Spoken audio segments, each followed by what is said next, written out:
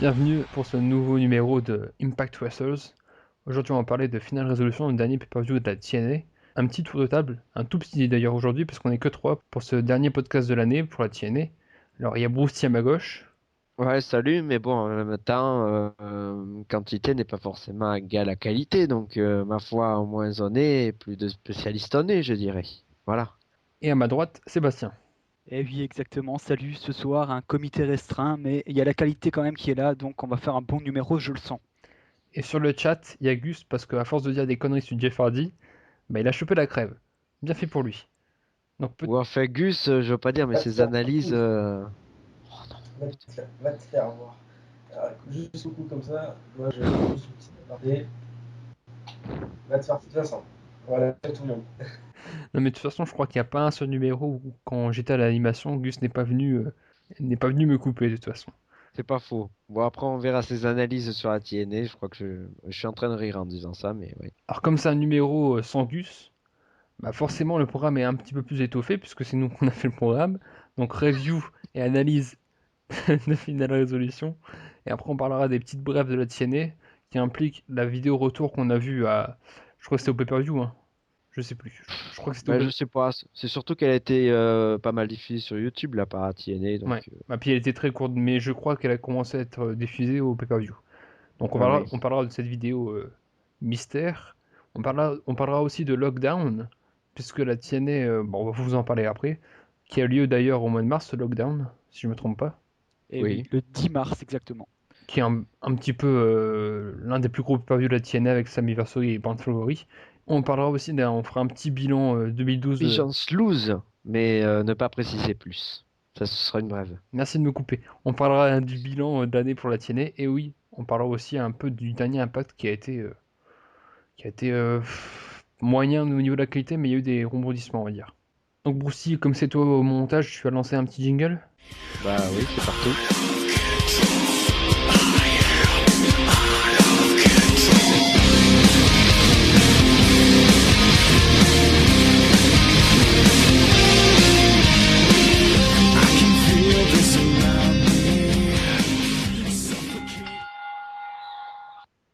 C'est parti, on est lancé pour la review de Final Resolution, un pay-per-view qui a eu lieu à l'Impact Zone, à Orlando en Floride, le 9 décembre dernier, donc dimanche dernier, puisqu'on enregistre ce jeudi 13 décembre. Au commentaire, il y avait Mike Tinay, Taz et Todd Kennelly. Et c'était un pay-per-view. Comment vous avez trouvé globalement ce pay-per-view, messieurs? Sébastien? Globalement, pour moi, c'est un pay-per-view qui est plutôt pas mal dans le ring, mais il n'y a vraiment aucun événement majeur autour de ce pay-per-view. Donc, c'est-à-dire que tu peux totalement zapper. Si tu regardes pas ce pay-per-view, tu peux continuer à suivre les storylines TNA, donc totalement zappable pour moi. Brucey? Bah bon, on va détailler, mais bon, on va dire que c'est un pay-per-view regardable, bon, légèrement en dessous des précédents quand même. Enfin, légèrement, un peu plus que légèrement, mais voilà. Mais bon, on va détailler tout ça à la fin, et puis au fur et à mesure. On peut commencer par le début. Bah oui, par l'opener. Un opener qui n'était pas prévu entre James Storm et Kazarian. Donc il y a eu un petit segment pour mettre ça en route, un petit segment en micro. James Storm qui dit qu'il ne devait pas catcher ce soir, mais qu'il est prêt à combattre s'il faut. Bah ça tombe bien, Kazarian l'interrompt. Je sais plus trop ce qu'il dit, je crois qu'il dit qu'il a pas eu une très bonne année, James Storm. Bah non, en fait, James Storm, ben, il dit déjà bon, qu'il s'était fait un petit peu niquer par Bobby Roode là pour le poste challenger à Jeff Hardy, qu'il a gagné à Bound for Glory, non pas Bound for Glory, j'ai une connerie, à Turning Point. Bah en fait là, il veut botter les fesses de Bobby Roode parce que le jeudi qui précédait la Impact, lors d'un match qu'il disputait là avec Jeff Hardy s'est fait attaquer par les Assassinates qui est un petit peu payé par Bobby Roode, voilà. Donc c'est un match qui a duré 6 minutes Ouais, et 10. Kazarian est arrivé au fait, hein. Il n'avait pas prévu de lutter, mais finalement, bon, il a dû. Oui, oui, bah, il a interrompu le discours de James Storm et puis c'est parti en combat. Donc un match de 6 minutes 10 avec comme vainqueur James Storm avec son last call super kick. Qu'est-ce que vous en avez pensé, messieurs? Vous aussi. Un excellent opener disputé dans une ambiance assez dingue. C'est très rare de souligner. Ça, à l'Impact Zone, il n'y a pas eu de magouillage de son. C'était parfait. Très bien lancé par le segment qui était plutôt solide. Et c'était un match à deux talents oubliés. Mais en voyant déjà James Storm débarquer, là, je me suis dit, bon, mais Kazarian va suivre parce que, bon, il n'y a peut-être pas vraiment de lien au départ, mais à l'arrivée, il y en a. Parce que Kazarian est un petit peu, on va dire, dans le camp de Bobby Roode, en quelque sorte. Donc à partir de là, ils se sont dit, on va faire un très bon opener d'entrée avec de talents sûrs, et puis c'est ce qu'il y a eu. Et le match m'a fait penser à un match qu'ils avaient eu précédemment, il y a eu, je crois, 2 semaines avant, hein, à Explosion. Ouais.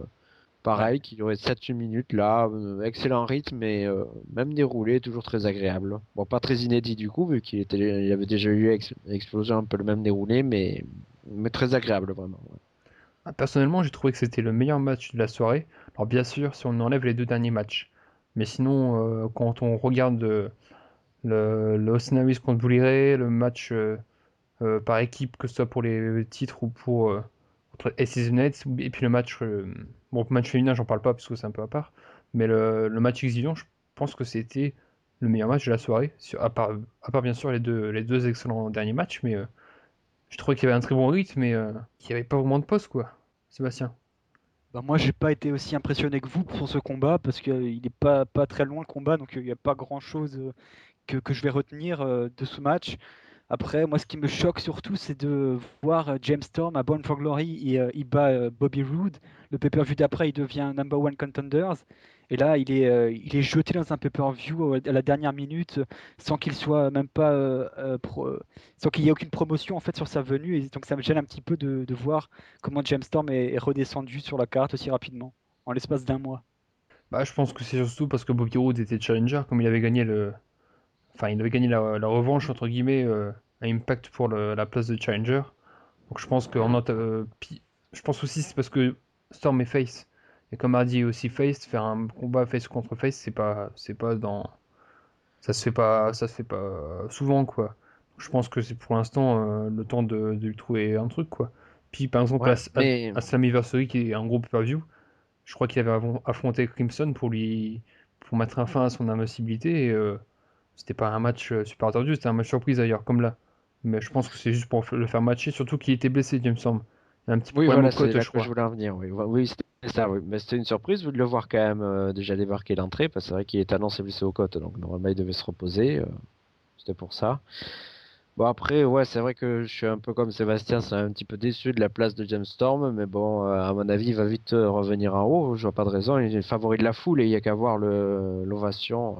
Je vois pas comment peut descendre. C'est pas Ah, possible. Ce serait se tirer une balle dans le pied, quoi. c'est l'un des faces les plus applaudis avec AJ Styles et Jeff Hardy, hein.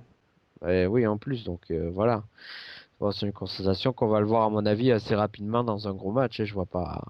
C'est sûr qu'avec Jeff Hardy, champion, ça le bouche dans l'immédiat, mais à mon avis, la donne va changer. Ah, puis c'est surtout qu'il y a eu une grosse rivalité de plus d'un an avec Bobby Roode. Bobby Roode est maintenant parti sur le titre poids lourd. Enfin, même si je pense qu'avec ce qu'il y a eu en main event, il va pas y être très longtemps. Mais voilà, il faut lui trouver une nouvelle rivalité. En attendant, bah, forcément, bah, il match quoi. Il n'y a pas de. Et On verra apparemment, bien ce il va enclencher sur une rivalité contre AJ Styles d'après les rumeurs. Et comme c'est parti à l'écran, je pense que ça va effectivement se concrétiser. Ce serait bizarre, comme je dis que Hardy est face, et Jay aussi. Donc est-ce qu'il y aurait un turn de James Storm? Je verrais Non, plutôt AJ Styles, moi, hein, parce qu'il est actuellement sur une série de défaites assez impressionnante. On va en reparler plus tard, mais je crois qu'il y a quelque chose qui l'attend, que c'est comme un petit turn, un truc comme ça, mais il va plus rester face longtemps. Alors je me trompe peut-être, mais la dernière fois que Styles était heal, c'était pas quand il était accompagné de Ric Flair. ah bah Il me si, semble. évidemment, oui. Et bah c'est pas La des, dernière fois qu'il était champion, quoi. Ouais. c'est pas des bons souvenirs hein, personnellement. Enfin même si je regardais pas régulièrement la TNA à cette époque-là, mais il me semble qu'il était pas très bon en heal quoi. Et Bon, on verra paradoxalement, c'était bien. là où il était champion du monde poids lourd. Mais c'était pas la fin de son règne? Je sais pas. Non, non, je crois pas. Non. Non, non, non, non. Il a quand même été champion un bon bout de temps, hein, il est donc. Mhm. C'est bizarre parce que enfin après bon ça reste des rumeurs et les rumeurs faut s'en méfier mais enfin ça m'étonne. Oui enfin il y a quand même eu des segments entre les deux. Par exemple le Storm qui gagnait un match à la place de Styles et aussi le match à 3 là du dernier pay-per-view. Mais ça m'étonne un peu qu'ils partent sur une rivalité comme ça surtout que les deux sont face. Bon, après, on verra ce que ça donne. Ce sera peut-être que pour un match de pay-per-view, mais on verra. Donc, je pense qu'on peut passer au match suivant, messieurs. Bah oui. Je pique la catchphrase à Gus, je suis content. Donc, c'est un match pour le titre X-Division. Ça a duré 9 minutes 20 entre Roman Van Dam, le champion, et Kenny King. Donc, Kenny King est devenu challenger en gagnant un match contre Kid Cash et Zimayon à Impact. Le Impact juste avant, 3 jours avant le pay-per-view. Et donc, ce match opposait Kenny King à Rob Van Dam. Qu'est-ce qu'on a pensé, messieurs Sébastien? Bah, moi, vous allez peut-être me trouver sévère, mais j'ai été très déçu par ce combat parce que j'en attendais énormément. Pour moi, c'était vraiment un dream match. Kenny King contre Rob Van Dam. C'était encore une affiche impossible il y a quelques mois. Et là, on a la concrétisation dans le ring. Et donc, je m'attendais vraiment à ce que ça explose dans tous les sens. Et finalement, j'ai vraiment été déçu. Il y avait pas mal de botch. Le match est pas super long. Et le résultat final était couru d'avance. Pour moi, c'est une déception. Bah, je te rejoins à moitié sur son point parce que autant j'en attendais pas des masses parce que Roman Dam, voilà. C'était un très bon catcheur pour moi, ça l'est plus. Il peut faire ressortir un bon match de temps en temps, mais pour moi, il est plus assez appliqué dans le ring et plus assez en forme, tout simplement. Parce que vu son style de catch assez particulier qu'il avait, ça demandait des qualités physiques d'un haut niveau et bah, forcément avec l'âge, je sais pas s'il a dépassé 40 ans, faudrait vérifier ça, mais en tout cas, il doit. Si. Oui. Donc bah voilà, dire c'est comme dans le foot, quoi. Quand t'as dépassé 40 ans, t'es plus proche de la fin que du début. Oh, ça veut rien dire. Ça dépend Oui, non mais comment après, il prend soin de lui et puis comment il prend le boulot, on non va mais je veux dire dire, aussi. tu peux plus catcher de la même façon quand on a 25 ou 45. Ah oui, bon, son style, d'accord, son style, oui, c'est sûr, c'est Oui, pas le même. voilà. Bah, c'est comme Jeff Hardy. Un Kane, par exemple, il peut catcher comme il catch Oui, au-delà de 40 ans, comme il montre mais actuellement. Mais c'est vrai que c'est comme. Jeff Hardy, oui, Oui, aussi, voilà. c'est vrai qu'il va atteindre bientôt cet âge, donc Oui, bon. non, mais Jeff Hardy faisait beaucoup plus de prises à haut risque, quoi. Ces 60 bombes de 6 mètres de haut ou en haut d'une cage, il en fait de moins en moins souvent, pardon. Mais voilà, Romoda, mec, là, j'y peux plus sortir des matchs super en voltige. Donc pour moi, voilà, j'en entendais pas tellement de ce côté-là, mais en même temps, je me disais, Kenny King, c'est un super catcheur, il est jeune, il peut sortir son épingle du jeu, surtout contre un catcheur expérimenté comme ça, comme Ronda, mais aussi populaire. Et finalement, non, parce que le match dure pas longtemps et que le rythme n'est pas super non plus. Et en plus, il y a un ou deux bots, je me souviens plus lesquels, parce que bon, j'ai vu assez rapidement le pay-per-view, enfin je l'ai vu lundi je crois. Et je me souviens plus trop du match, mais il me semble qu'il y a quand même un ou deux botches assez flagrants. Il y en a un qui m'a choqué, c'était quand Rob Van Dam, il était sur les cornes en fait, et Kenny King, il tente un coup de pied un petit peu comme Kofi Kingston, Trouble in Paradise, et il tape totalement à côté, tout le monde le voit en fait, qu'il ne touche pas du tout Rob Van Dam. C'est dommage. T'as pas trop parlé sur le match Roussy. Ah oui, non, pas du tout même. Non, mais je comprends la déception de Sébastien en entendant ses explications. Parce que moi, j'avais pas spécialement de hautes attentes, même si Kenny King, moi, je connais très bien. Moi, je lui trouve un talent assez similaire à celui de Shelton Benjamin. C'est surtout que le mec, il apparaît à Destination X pour avoir le contrat. Il apparaît une autre fois dans un match contre Zimayon pour le titre, et puis après, il disparaît complètement. Et il réapparaît là au tout dernier moment pour gagner un match challenger. Donc bon, faut pas non plus lui demander la lune. Et surtout que la semaine d'avant, en plus, non, c'était pas Open Fat Night, c'était le Championship Thursday. Thursday. Il est même pas sélectionné, il est viré comme ça. Le mec, il vient de Las Vegas et puis allez, repart. Tant qu'il est pas stable, c'est sûr que c'est un peu compliqué, quoi. C'est pas trop ce qui se passe. Même là, à ROH, je lui garde la porte ouverte, du coup, parce qu'elle voit que c'est pas très stable à TNA. Donc, concernant le match, moi, ça m'a pas dérangé. C'est vrai que la X-Division, de toute façon, faut se dire que c'est souvent synonyme de botch, on va dire, hein. Surtout quand c'est pas des catcheurs qui ont l'habitude d'évoluer ensemble. Et puis Rob Van Dam, il était pas très très motivé, il a pas fait grand chose, hein. Il a fait juste ses prises à la toute fin et puis voilà, hein. Oui, Mais mais moi, ça m'a pas dérangé vraiment, hein, à vrai dire. Et le match, j'ai plutôt bien apprécié. Bon, je l'ai vu en live, et donc ça change peut-être la perception. En live, peut-être c'est différent paradoxalement de regarder un petit peu par rapport au différé, mais moi le match, j'ai trouvé plutôt agréable. Bon, pas énorme, mais il tenait très bien en route grâce à Kenny King, pas à Van Dam, ça c'est sûr. mais tu dis exhibition égale botch, mais forcément, quand tu tentes une centaine de prises aériennes ou à haut Bah, c'est pour risque, ça, oui, que je dis ça, oui, oui, voilà. sauf que là, le contenu est pas assez étoffé pour qu'il y ait des centaines de botches. Enfin, après, il n'y en a pas des centaines non plus, mais il y en a de gros, donc c'est quand même assez gênant. Après, Ouais, je sais pas, j'impute la faute aussi à Rovan Dam parce que il était pas très très travailleur dans ce match-là aussi. Peut-être lui aussi se place peut-être pas assez bien et puis bon, je sais pas trop, il y a des trucs comme ça. Il a pas aidé quoi, je pense. après la mise en avant de la X-Division n'est pas non plus super, quoi. Ils ont eu Comment ça? un match à Comment ça? Impact déjà d'ailleurs très bon, avec un Kid Cash qui retrouve sa jeunesse, j'ai envie de dire. Ils ont fait un match pour trouver un challenger parce qu'il fallait bien défendre la ceinture, mais sinon, voilà, la X-Division n'est plus que ce qu'elle était, quoi. Bon, Ouais, on sait ça pas c'est trop clair. sur quel pied danser. Ouais. Il y a eu une période où c'était catastrophique. C'était revenu grâce à Harris et tous ces gros matchs contre Alex Shelley, Samoa Joe. On a eu une énorme pay-per-view Destination X-centrée sur la X-Division. Et puis là, c'est vrai que c'est retombé d'un coup et revendant le champion. Comme quoi, je sais pas, cause à effet. Je sais pas. C'est vrai que le retour, enfin la fin du règne d'Aris a précipité un petit peu la X-Division dans l'ombre. Ce qui est un petit peu gênant parce que dans à peu près 4 mois, bah, le champion X-Division va challenger le champion poids lourd. Bah, de toute façon, on attend tous que Zimayan récupère le titre pour avoir son fameux match contre Jesse Sorensen qui fera son retour très prochainement. Ça, franchement, j'en suis pas sûr. Parce que, j'ai envie de dire, cette rivalité n'a pas besoin d'une ceinture pour qu'elle ait lieu. Donc, C'est vrai que et en, c'est pas faux sur ce point-là, je suis d'accord, mais ça rajouterait quelque chose en plus, je pense. Mais c'est vrai qu'il n'y a pas forcément besoin de ceinture. en plus, ça étofferait la mid-card. Puisque, bon, ils ont un petit peu du mal à construire des rivalités. Ça serait une rivalité à ne pas construire, par exemple. Donc, Ouais, c'est pas faux, ouais, je suis d'accord avec toi sur ce point-là. Ouais. je pense qu'on va pouvoir passer au match suivant. Mais ouais. Un match pour les ceintures par équipe, un match de 10 minutes 38 entre Chavo Guerrero et Hernandez, qui sont les champions, contre Joe et Ryan et Matt Morgan. Alors, premièrement, qu'est-ce que vous pensez de l'équipe Joe et Ryan, Matt Morgan? Attends, t'as pas dit comment ça s'est fini d'abord le Oui, mais temps. justement, on va parler de l'équipe avant, puis après on va parler du match. Ah d'accord. Bah moi ça me fait déjà rire leur entrée parce que je sais pas si en fait pas à toi ça va pas dire grand-chose mais peut-être à Sébastien j'avais encore jamais fait gaffe comme ça le thème en entier comme ça et tout. Mais l'entrée de Joey Ryan et Matt Morgan c'était sur le thème de Joey Ryan et c'est le thème de Val Venis quoi à l'époque. Ça me Thème fait de- rire. Ah oui, ça je me rappelais Quand pas. Val Venis il arrivait avec la serviette façon DSK quoi. Donc bon, à partir de là, écoute, ça fait un peu spécial. Et puis Matt Morgan, comment il est habillé, c'est sûr, ça fait un peu curieux par rapport à d'habitude. Bon, après l'équipe, je la trouve plutôt pas mal et plutôt bien équilibrée, quoi.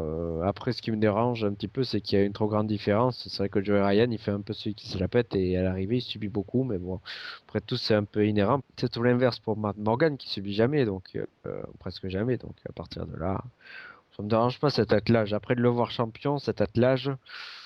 Ouf, je suis assez circonspect, mais bon. Pour moi, cette équipe, moi, je j'aime pas du tout parce que c'est deux personnalités totalement différentes que tu mets ensemble et ils ont aucune connexion réelle à part l'intervention de Matt Morgan à Bound for Glory pour aider Joey Ryan à gagner son match. Il n'y a pas vraiment de raison de les mettre ensemble.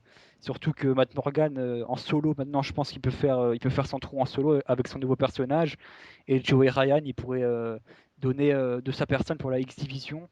Donc je pense que c'est pas forcément la meilleure idée de les mettre ensemble.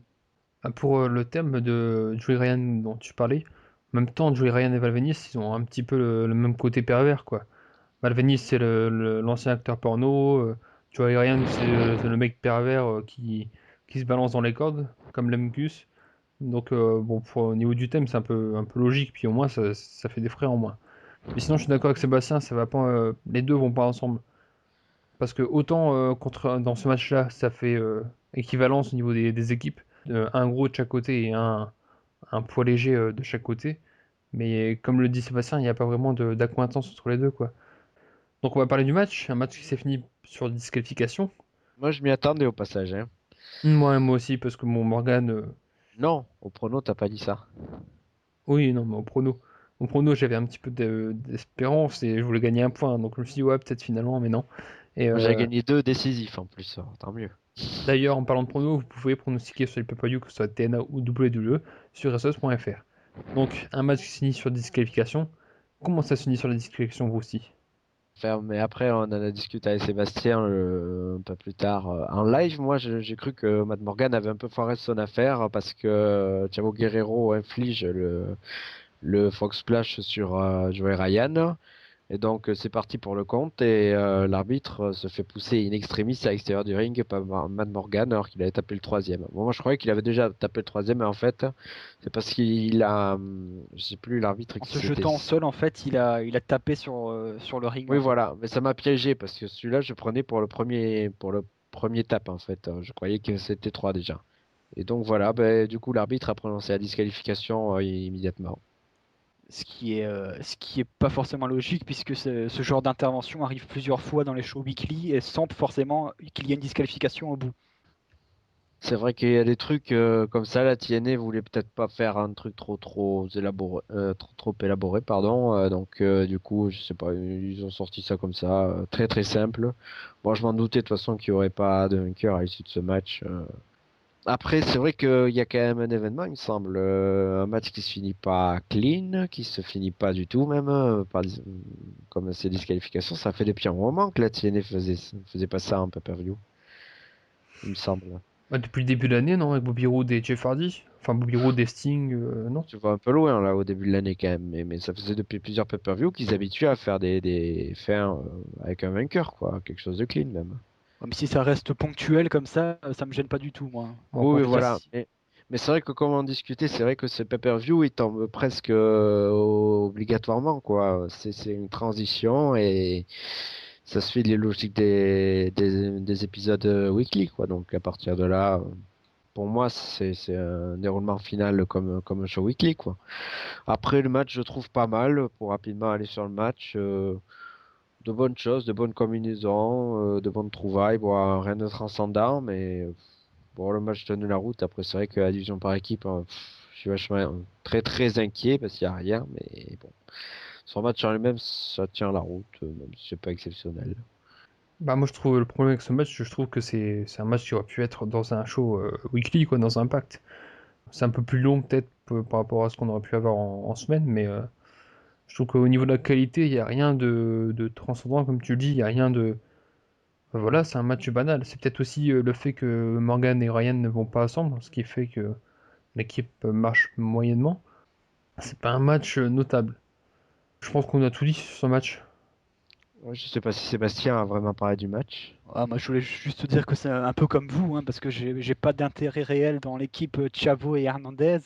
Et les Joey Ryan et Matt Morgan, j'aime beaucoup les deux catcheurs, mais individuellement, en équipe, j'aime pas du tout. Et donc, j'ai pas vraiment eu d'intérêt dans ce combat. Et c'est passé 10 minutes, sont passées assez longues pour moi. Et next, quoi. J'ai pas aimé. Ouais. Ah, et à noter que l'après-match, bon, évidemment, on vend un rematch, mais dans l'après-match, apparemment, il y a une blessure vendue là de Chavo, donc c'est possible que, évidemment, ça soit un peu mis sous les teignoirs, là, cette ceinture, dans les médias. Ou bien s'en servir pour le prochain match. Aussi, ouais. Faut voir. Mais je crois on pourra tous être d'accord, même si on n'est que trois, que Chavo et Hernandez, c'est une équipe faute de mieux en ce moment.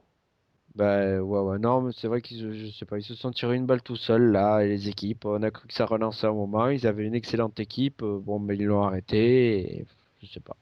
Donc, next, Oui. Ouais. pour un coup, j'ai pas piqué la catchphrase à Gus. Donc, Austin Harris contre Bully Ray. Une rivalité assez particulière, on va en parler tout de suite. Donc, un match de 13 minutes 6, victoire de Austin Harris, mais une victoire pas clean, encore une fois, pour la deuxième fois de la soirée.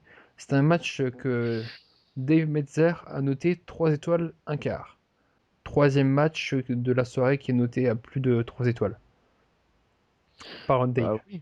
Non, non, mais bon, lui, mais comme d'autres, écoutez, bon, on fera le bilan à la fin, mais la qualité in-ring, elle était plutôt correcte, hein. C'était pas énorme, mais c'est soigné. Et puis ce match-là, bon, il avait donné, je sais plus si Sébastien se souvient ou toi Vincent, leur affrontement précédent en pay-per-view, c'était cette année, beaucoup plus tôt dans Sacrifice. l'année. Ah, Sacrifice, ouais, d'accord, merci. Mais ça avait été un très bon combat déjà à l'époque. Et puis là encore, ils ont retrouvé autre chose. C'est vrai que l'alchimie entre les deux est excellente. Et Bully Ray, bon, mais comme il disait dans une interview récemment, moi je pense il mérite quand même d'avoir une chance pour le titre mondial. Et ça c'est sûr. Après, il est embarqué dans une histoire vraiment pourrie, là, avec Brooke Hogan et Hulk Hogan, là. Je trouve dommage parce qu'il fait quand même des trucs vraiment très intéressants sur le ring. Comme là par exemple son drop kick là depuis les cordes, spectaculaire. Et puis Harris, vu la façon dont il la vend, en plus, ça rend vraiment le move très spectaculaire. On a plusieurs vraiment très bons mouvements dans le match. En gros, jusqu'à l'arrivée de Brock Hogan à la fin, le match est excellent. Et puis c'était prévisible après ce qui allait se passer, quoi. Donc, moi, je voyais pas Harris perdre. Donc à partir de là, il faire le coup de pute. Parce que maintenant, quand on est vraiment il à fond, on fait que les coups de pute à la TNA. Donc à partir de là, obligatoirement, c'était ça pour gagner pour Harris. Après, voilà, Brook Hogan aussi, je sais pas où est stabilise parce que vraiment, c'est une catastrophe. Bon, voilà. C'est bien, tu fais une belle transition, tu parles de coup de pute puis de Hulk Hogan, c'est très bien aussi. En tout cas, moi je voudrais dire Ça marche. que, ouais, je voudrais dire que au niveau du match de sacrifice, il y a Austin Harris qui l'a quand même rappelé dans la rivalité, qu'il a dit qu'il avait déjà battu Bully Ray avec son Brainbuster, puis enfin qu'il avait battu par soumission en portant juste avant le Brainbuster. Donc il y a quand même un petit fil rouge, mais c'est pas vraiment ça qui intéresse particulièrement dans la rivalité, c'est surtout le truc Brock Hogan, Hulk Hogan, Bully Ray, et Austin Harris qui vient un petit peu comment faire un petit peu faire capoter l'histoire, quoi, mettre un petit peu plus Ah oui, parce que d'huile sur lui, le feu. c'est vrai que lui, il y a une interview là avant le match, parce que bon, entre les matchs, il y a des interviews là, et Jeremy Borash en coulisses. Et justement, Borash se demandait qu'est-ce qu'il foutait Harris dans le coin. Donc, voilà. Et Harris était juste là pour dire, bon, bah, c'est juste pour emmerder le monde, quoi. Mais sinon, je rejoins Brosti sur la qualité du match, c'est très bon entre les deux. Mais, par contre, la fin gâche un peu le truc, quoi. Il y a Bouléré qui saigne parce il a son crâne a heurté les escaliers, je crois. Et C'est ça. il y a Osinamis qui en profite pour faire saigner encore plus avec des droites. Et là, il y a Brokogan qui arrive. Osinamis l'emporte dans le ring. Alors là, elle est à moitié à poil parce que sa robe s'enlève, puis elle est en soutif dans le ring, mais ça la gêne pas, elle remonte pas sa robe. Enfin bref. Et il y a le Ouais. Hogan qui arrive pour sauver un petit peu sa fille des mains du méchant Osinamis.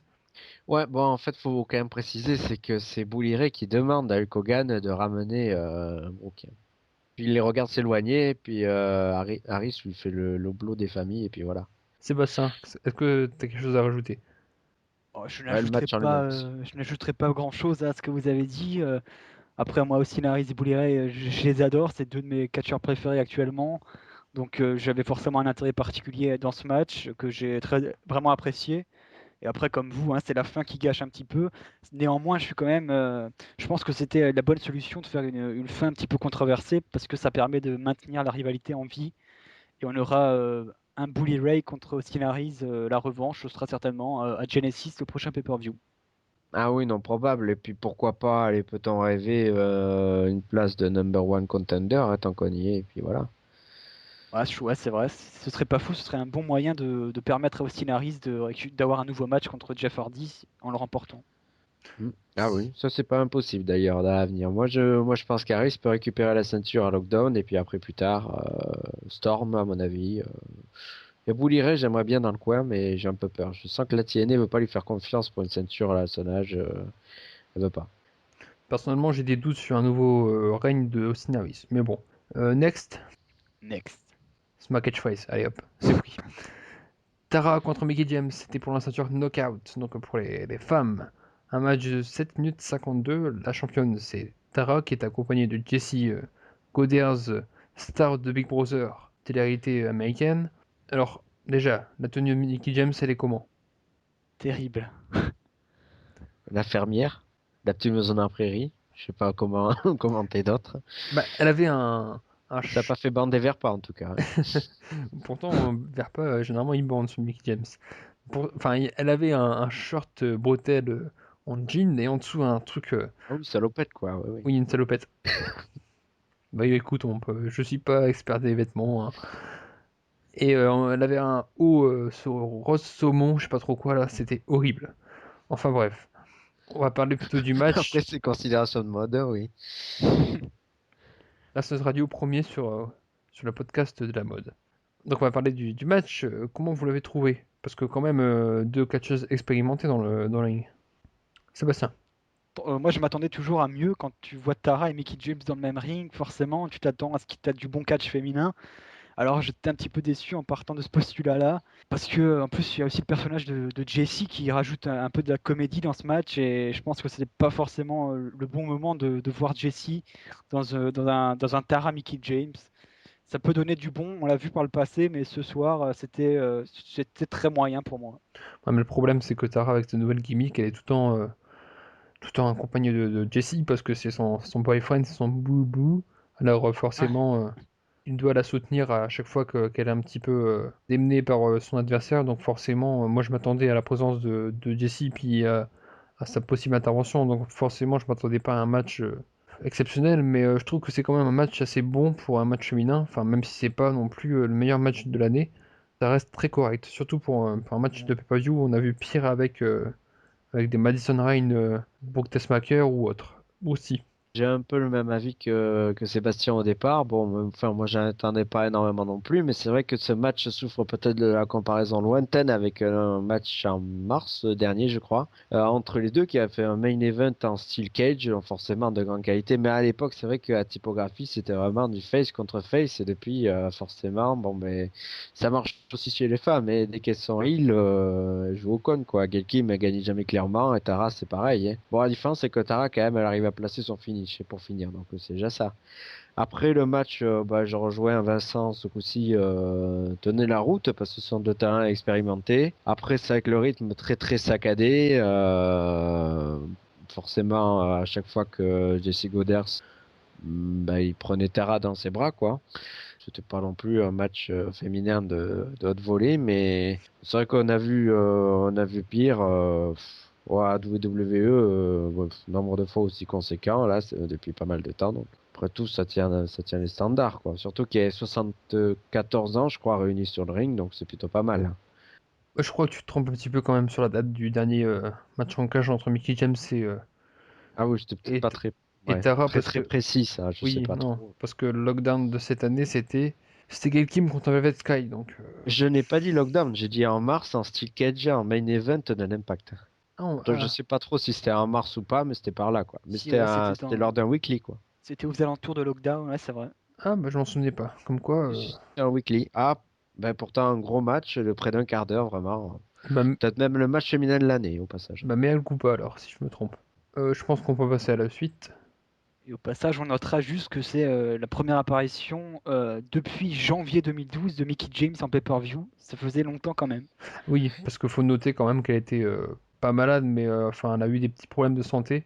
Et on a dû lui retirer une tumeur, donc qui était bénigne, heureusement pour elle, heureusement pour les fans de catch, mais voilà, et elle a été absente pendant quelques temps.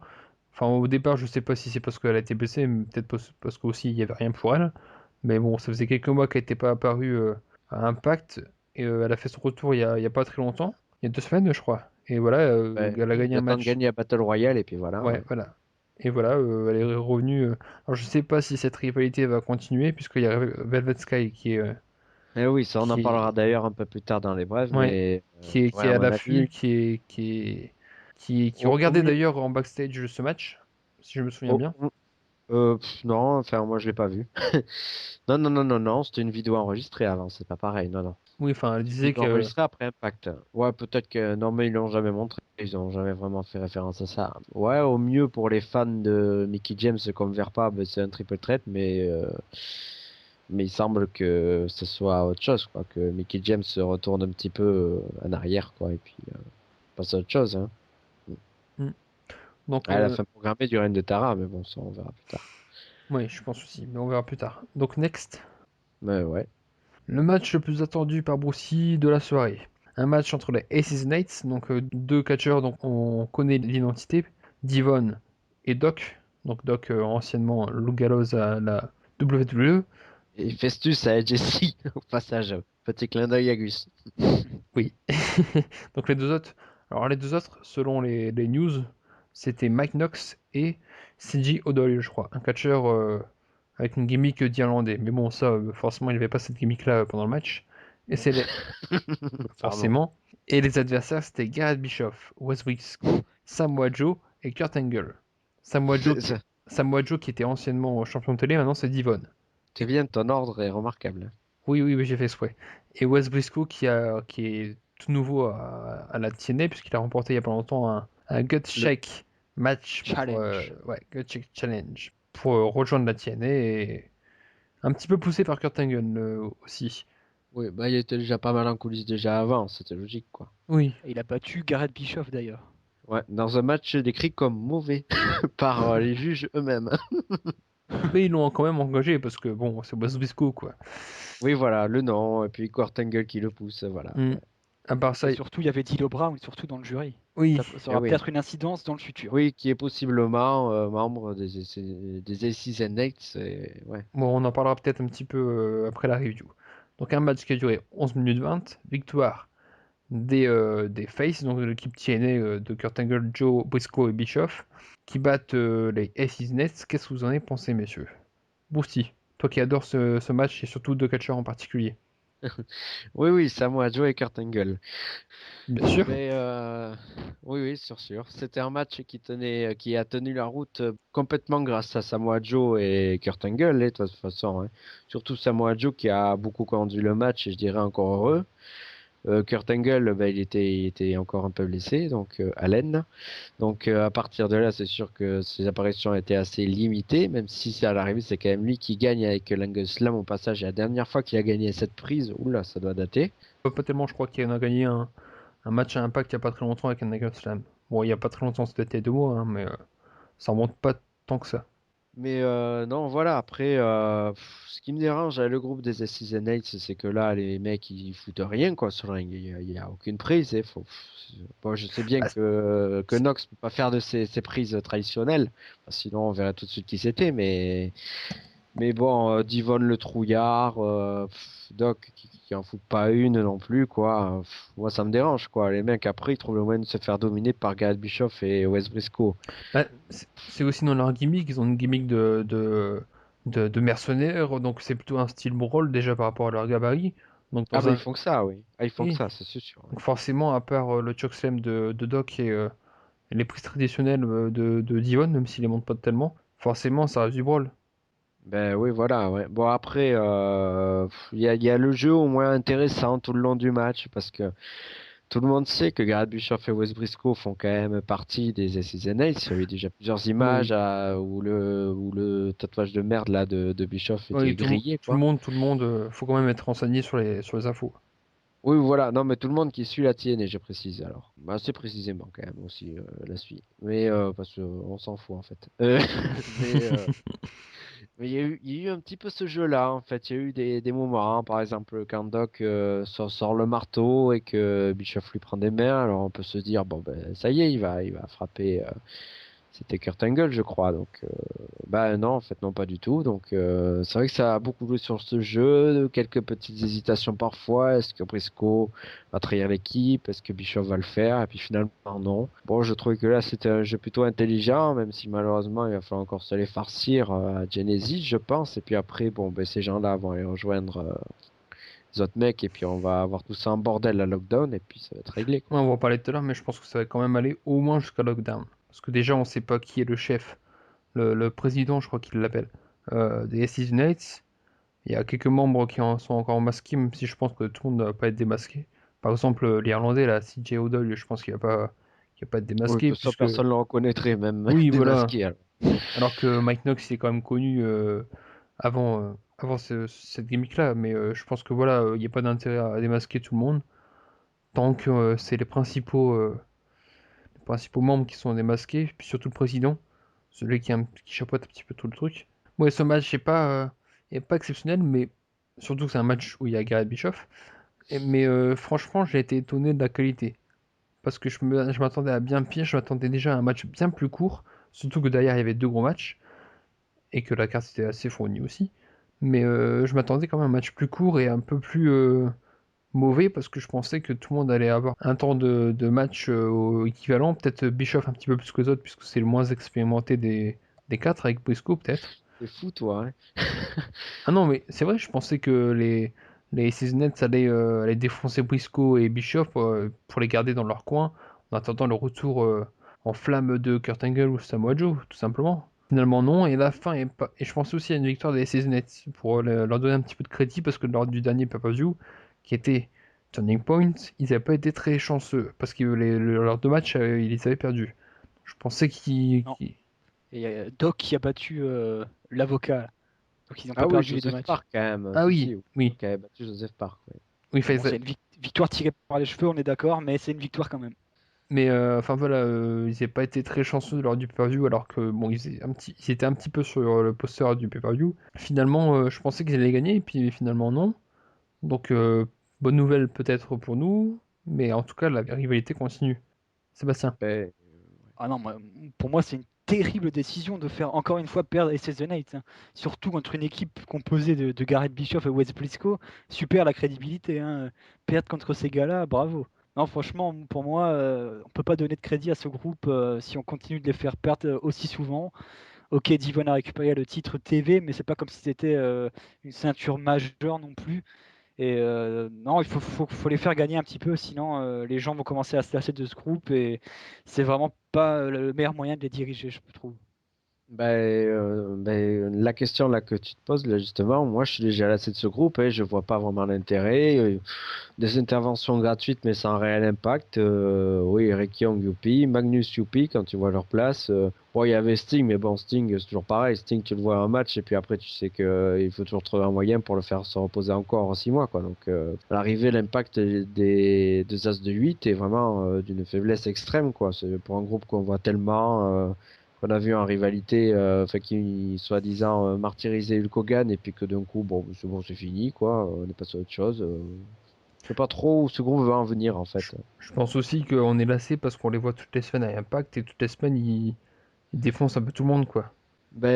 Non, non, pas vraiment non plus. Hein. Non, c'est pas parce Si, bon, mais ils attaquent un peu n'importe comment, surtout. C'est pas attaqué comme on avait vu la Nexus, par exemple. C'est n'importe comment, quoi. Il y a pas Oui, non, vraiment mais là c'est parce qu'ils s'attaquent à tout le roster dans leur ensemble. de Donc fil conducteur, quoi. Non, mais puis c'est pas non plus une menace extrême, quoi. C'est ça qui est paradoxal d'un oui, côté. c'est surtout qu'ils parlent Ils leur ont peut-être match. attaqué beaucoup de monde, mais c'est pas vraiment une menace extrême de l'autre côté, quoi. Non, mais Fou ça, mais.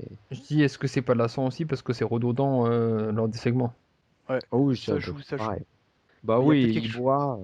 il boit, il lance une flèche, et puis voilà, il y a un mec qui vont détruire. Bon, Ça va peut-être évoluer parce que ils vont peut-être enchaîner sur une rivalité avec Jeff Hardy parce que ils sont intervenus dans la fin du combat de ce main event dont on parlera plus tard et ils seront également impliqués dans le Impact qui a lieu ce jeudi 13 décembre, la date de notre enregistrement.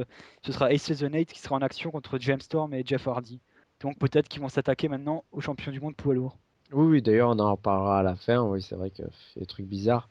Bon, après, ouais, comme le dit Renaud, le booking est pas bon. Il étire la longueur. Le truc sur la longueur, l'impact a disparu. Ouais, parce qu'au début, on pouvait se dire bonne perspective, mais depuis, c'est retombé le soufflet. Enfin, de mon point de vue, en tout cas. Next, Oui, oui, comme tu voulais pas trop t'attarder dessus, alors on passe à la suite, oui. bah, puis surtout qu'il y a 2 gros matchs qui arrivent. Donc l'avant-dernier match du show, du pay-per-view, c'est un match simple, un match à contre 1 entre Christopher Daniels et AJ Styles, un match de 21 minutes 36 secondes. C'est le deuxième match de la soirée qui dure plus de 20 minutes. Et ça a été noté par Dave Metzler, 3 étoiles, 3 quarts. Sébastien. Alors, quand on connaît l'histoire de ces deux catcheurs, forcément, on peut être déçu du résultat du match qu'on a eu la chance de voir parce que, tout simplement, il y a eu meilleur dans le passé. Et ce match, il n'y a rien d'innovant par rapport à ce qu'on a déjà vu. Donc, de ce côté-là, moi, j'ai pas forcément apprécié le combat, peut-être à sa juste valeur. Mais en tout cas, le match, quand même, est plutôt solide et il dure plus de 20 minutes, je crois, comme tu l'as dit. Et apparemment, c'est parti pour continuer, malheureusement. Donc, le slogan un dernier combat ne va pas tenir, selon moi. Ah, moi, tout l'inverse, hein. Ben justement, on en parlait tout à l'heure. À mon avis, AJ Styles va se diriger vers James Storm. Et puis après, je sais pas. je sais pas, c'est vrai que c'est assez bizarre avec lui. C'est pas trop où la TNA veut en venir. Alors après, moi aussi, je suis très surpris de la défaite parce que bon, AJ Styles a quand même beaucoup gagné face à Christopher Daniels et puis Daniels, quand même, je sais pas, il est un coup, mais il gagne surtout en équipe en fait. Et en solo, il perd tout le temps quoi, depuis pas mal de temps. Donc après tout, une défaite de plus ou de moins, ça saurait pas changer grand-chose. C'est plus à AJ Styles que ça change à mon avis. Et puis c'est vrai que là, il est battu en plus avec son propre move là, le Styles Clash. Donc ça ajoute un côté cynique et sadique à l'affaire. Après le match, je te rejoins aussi. Ils souffrent un peu de la comparaison avec leurs précédents matchs. Ils en ont tellement fait avant. Là, je vois par exemple, il y a eu les précédents matchs cette année. Mais vous avez sur Wessels, il y a Sébastien a créé les awards annuels de la TNA et dans les moves de l'année quand même, vous avez J-Styles qui portait un Styles Clash du haut de la rampe sur Daniels qui passe à travers une table à destination X, un Springboard Shooting Star Press de J-Styles sur Daniels à l'extérieur du ring à Sammy Mercery et là on a aucun move marquant. Donc à partir de là forcément le match est moins bon que les précédents. Bah, il y a À mon surtout, avis. il y a surtout un contre marquant quand Size de placer son size cash au niveau des cordes là et qu'il y a Daniels qui se retient, mais c'est sûr qu'il n'y a aucun move important, mais en même temps ils ont fait tellement de matchs, que ce soit en équipe ou en solo, forcément on compare et même si la qualité est bonne, puisque Dave Meltzer l'a noté 3 quarts, c'est un très bon match 3 quarts, mais forcément on peut pas. Oui, oui, non, moi je critique, mais je noterais pareil, à vrai dire. Hein. Mais c'est vrai qu'avec eux, c'est toujours du 4 étoiles et tout, mais ils ont poussé un niveau d'exigence tellement élevé avec tous leurs affrontements à chaque fois, forcément. Quand on voit un truc un peu moins marquant, surtout pour un match annoncé comme le dernier, petite déception. Petite, j'ai dit. Est-ce que vous croyez réellement que ce sera le dernier match entre ces deux-là? Je me dis que Daniel c'est plutôt proche de la retraite. Oui, Daniel, il a plus de 40 ans, certes. Bon, après, vu ce qu'ils peuvent fournir, franchement.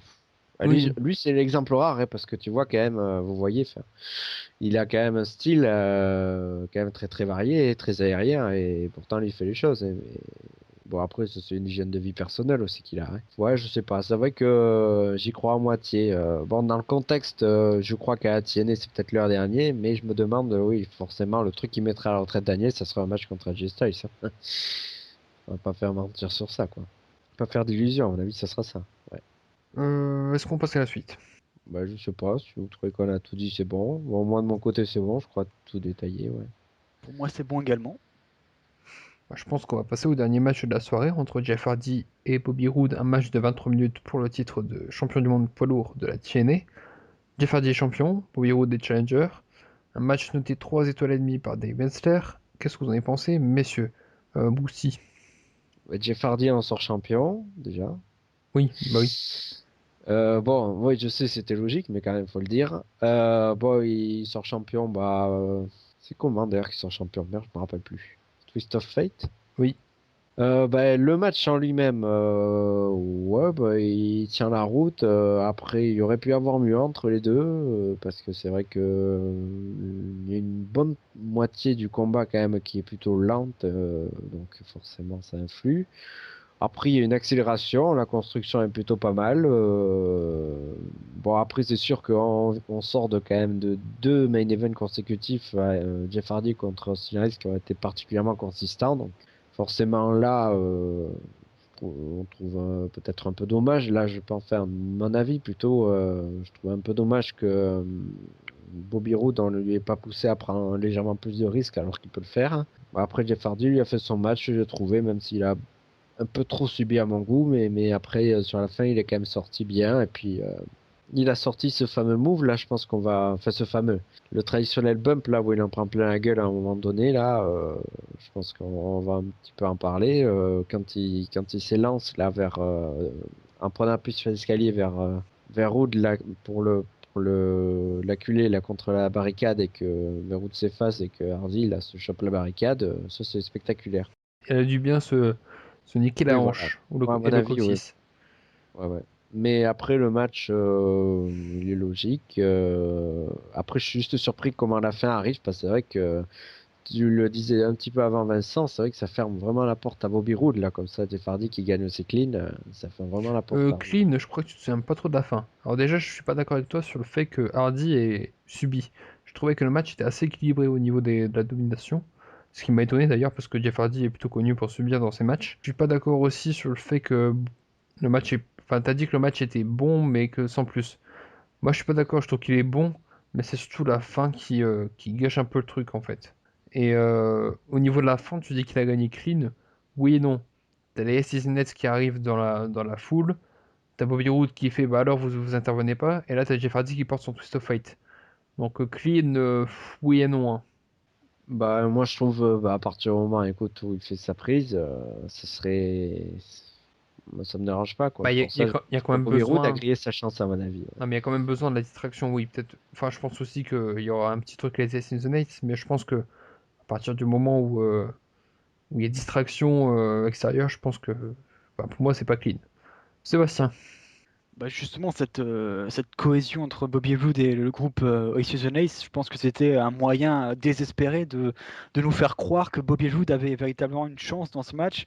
Parce que si on enlève ça, c'est 100%, à 100%, tu peux te dire que Jeff Hardy ne va pas perdre ce combat et perdre le titre de champion du monde. Ça c'était d'une certitude limpide. Après le combat, moi je trouvais que c'était un bon match. Encore une fois, Jeff Hardy qui fait une bonne prestation. Après, il n'y a rien de très mémorable.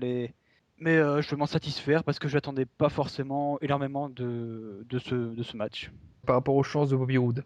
Moi, je pense plutôt qu'il n'y avait pas vraiment de rivalité, donc c'est surtout pour amener un petit peu de truc au match, quoi, parce que sinon, à part que Bobby Roode peut récupérer sa ceinture, il n'y avait pas vraiment de rivalité entre Jeff Hardy et Bobby Roode, quoi.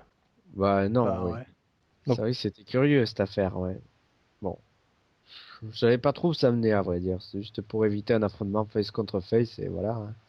oui, il y a eu le match, match à 3 à Turning Point, mais sinon, il n'y avait pas vraiment de raison de mettre Bobby Roode en challenger. Maintenant, on peut me parler d'après-match, qui est un après-match bagarre entre les Seasonets qui tabassent Jeff Hardy et Bobby Roode. Bobby Roode fait un peu screwed sur cette fin de match, puisqu'il pensait que les Seasonets étaient de son côté. Finalement, non, puisqu'ils n'ont pas aidé à gagner le match et ils l'ont tabassé en plus. Donc, qu'est-ce que vous pensez de cet après-match? Vous aussi. Moi, je le trouve vraiment pas bon, hein, parce que vraiment, là, les Assassins qui perdaient un match clean plutôt dans le show et qui là, ils règlent le compte d'Hardy, ils font ce qu'ils veulent. Après, ils règlent le compte de Roode aussi. À la fin, la TNA laisse l'image des Assassins solide sur le ring, alors que c'est pas le cas en réalité. C'est ça qui me dérange vraiment, ce rôle des Assassins de se forcer à les laisser là comme ça regarder, ils finissent le pay-per-view fort et tout, alors que ce n'est pas la réalité. C'est ça qui me dérange beaucoup. À vrai dire, voilà. Après, moi, j'ai pas aimé qu'ils règlent le compte à Roode, par exemple. Pas trop de cohérence. C'est peut-être pour. Surtout qu'à l'arrivée, c'est paradoxal parce qu'ils règlent le compte de Roode et à l'arrivée, la TNA programme un match contre Jeff Hardy et James Storm. Il y a un manque de Non, mais logique. c'est peut-être pour montrer leur indépendance qu'ils ont Oui, eu. aussi. Ah, ben leur côté mercenaire, ça à fond, il n'y a pas de Oui. problème. Peut-être que par exemple, ils vont trouver l'excuse que Wood a fait payer les Seasonets pour jeudi, mais il n'y avait pas assez d'argent pour jeudi et dimanche, peut-être. Par exemple. Non, mais ça peut être une connerie du genre, ou bien pour montrer que bon, Ils doivent avoir honte. ils veulent bien donner un coup de main de temps en temps contre une belle enveloppe, mais sinon, ils tabassent les gens qui veulent et quand ils veulent. Ouais, mais je trouve pas la cohérence, quoi. Voilà. C'est pas un groupe très très fort là qui perd ses matchs en pay-per-view et qui va intervenir comme ça en main event. Bon, et qui finit les bras levés là, on voit pas trop le fil conducteur, moi je trouve. Moi, je suis d'accord avec toi sur la cohérence entre les défaites en match et les victoires entre guillemets dans la segment. Sébastien, je pense que t'as dit sur le chat que tu savais pas trop quoi penser de cette fin. Ouais, voilà, c'est ça. Je suis un petit peu dans l'expectative. Je suis curieux de voir ce qui va se passer pour la suite, mais il faut absolument relancer l'intérêt pour ce groupe des Season Ace parce que pour moi, ouais, ça commence vraiment à descendre l'intérêt pour ce groupe et je pense que si ça continue comme ça, je vais tout simplement en plus en avoir rien à foutre des Season Ace, donc il faut vraiment faire quelque chose. Non, mais c'est vrai que ça vraiment pas vraiment vers quoi ça va amener et voilà, c'est comme ça qu'on finit l'année. Bon, curieux. Est-ce qu'on passe aux notes? Mais ouais. Donc un pay-per-view, on l'a dit, bon, mais en plus, pay-per-view de transition. Donc on est que 3, ça va aller assez vite pour faire la moyenne. Enfin, quelle note tu mets, Sébastien? Alors moi je vais mettre un 6 parce que il y a de l'action quand même, on peut pas le nier. Mais après ça c'est pas forcément un événement majeur, un pay-per-view majeur, donc pas plus que 6. Aussi. Bon, bah, même note que Sébastien 6. Ouais, le même avis. C'est un peu pervu de transition, à mon avis. C'est juste pour finir l'année gentiment. Et puis voilà, sans plus, quoi. Bah c'est cool parce qu'on va mettre tous les 3 6 parce que moi aussi je suis d'accord avec vous, c'est moyen, c'est pas vieux de transition, il y a pas de... Même s'il y a deux bons matchs à la fin, le reste est assez pauvre. Ok, il y a de l'action de ring, il n'y a pas vraiment de changement, mais ça reste passable quoi. Enfin, c'est pas inoubliable. Donc moyenne de 6. We are one, we stand together comme la Nexus. On est un 3MB. Oh non, bah c'est qui mal, c'est Boosty. Oh non, voilà, j'ai été sûr qu'elle allait mettre ça. C'est la première fois de l'histoire que tous les membres d'une émission sont d'accord sur la note, hein. Oui, Ouais, ouais, enfin, même si Gus, je sens qu'il aurait balancé une note différente comme ça au pif sans voir, mais un Gus déjà, faut qu'il regarde le pay-per-view, donc bon, on le pardonne, hein, il est pas très tiennet, on peut le comprendre. Non, mais après, ça aide aussi, on est que 3 d'habitude, par exemple pour les Sunday Night Wrestlers, on est 5-6, donc forcément là c'est un peu plus dur pour avoir tous la même note. ouais, mais bon, non, mais pour finir, quand même, 6 de moyenne générale, de nos points de vue de spécialistes en tout cas, bah, c'est plutôt pas mal finalement, parce que la TNA a progressé, quoi. J'aurais pu Pour mettre, faire quelque chose de moyen et faire 6 à l'époque, c'était 4. oui non mais j'aurais pu mettre un peu moins, mais à l'époque où quand on mettait 4, c'est parce qu'il y avait des fins de match vraiment pourries. Là, la fin de match du main event ou la fin de match comment? Du Austin Aries Bully Ray, ça gâche pas trop le truc parce qu'avant il y a eu du contenu au niveau du ring, alors qu'avant il n'y avait pas trop de contenu, c'était un petit peu chiant, un petit peu lent dans le ring, et puis il y avait une fin de match pourrie quoi. Par exemple, moi, je me souviens d'un Sting Kurt Angle, je crois, de 2011, qui était, oh putain, qui avait rien dans le ring quoi, puis il y avait une fin de match pourri quoi. Là, ça, oui. De toute façon, l'année 2011, c'est sans doute la pire de l'histoire de la TNA, donc Ah, c'est pas 2010. 2010-2011, on va dire. Voilà, Ça, c'est bien. c'est un petit couple. Je pense qu'on va pouvoir passer au bref avec cette note de 6 pour le pay-per-view. Le retour sur l'année 2012 également. Oui, je pense qu'on va faire ça tout de suite, comme c'est le dernier pay-per-view de l'année. On va peut-être parler des brèves d'Impact ou bien de 2013 après. Donc, pour vous, 2012, c'est une bonne année TNA ou c'est une mauvaise année TNA? Brouty. C'est incontestablement bon, hein. C'est sûr, j'aurais pas dit ça au moment de lockdown parce que c'était vraiment catastrophique les 3-4 premiers mois. C'était dans la foulée de 2010-2011, mais ensuite, vraiment, c'est montant de température. La TNA a surpris par d'excellents choix, en confiant notamment le bon rôle à Austin Harris pendant longtemps, et aussi bah, en permettant de faire des matchs corrects avec des fins clean à longueur. Après, il y a eu des stories pourries, dont celle de AJ Styles avec Claire Lynch et Dixie Carter. Bon, ça, Atiene peut pas s'en empêcher. Là, elle a rajouté célèbre Hogan, tant qu'à faire, ça aussi, Atiene peut pas s'en empêcher.